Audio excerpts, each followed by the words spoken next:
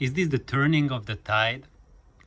There's this little news snippet, and my friend Erwin has just emailed this to me, and he's really excited about it.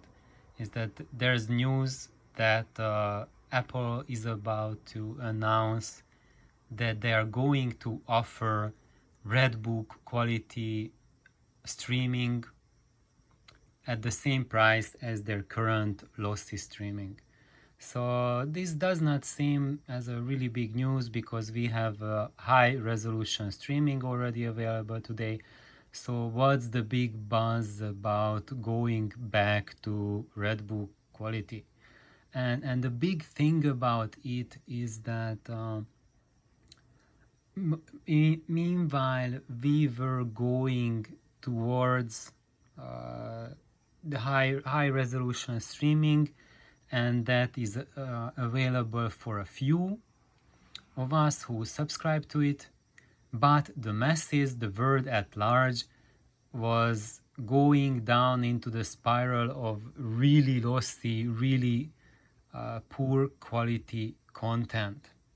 And this is really affecting the entire music industry, and during the past couple of years, the past decade, the general standard of pop music recording and just about music recording has plummeted to abysmal depths.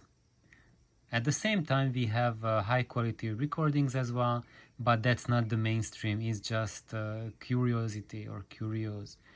However, this news that now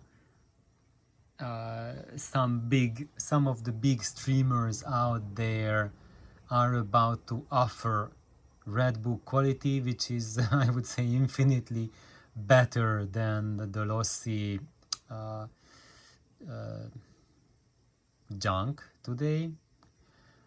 This is really huge news, and I think this has the potential to be infectious. So other streaming companies will also up their quality, and we might see the birth of a new era in streaming, and I believe this will trickle down to the entire music industry, and we will see a gradual increase in the quality of that recorded music we are getting.